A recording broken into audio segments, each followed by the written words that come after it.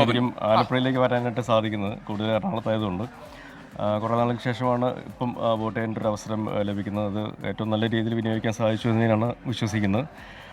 രാജ്യത്തിൻ്റെ വികസനത്തിൻ്റെ കൂടെയാണ് എപ്പോഴും ഞാനുണ്ടാവുക. അപ്പോൾ ആ രീതിയിൽ തന്നെ ഏറ്റവും നല്ല വിജയം വികസനത്തിന് വേണ്ടി നിൽക്കുന്നവർക്ക് ലഭിക്കട്ടെ എന്ന് ആശംസിക്കുന്നു.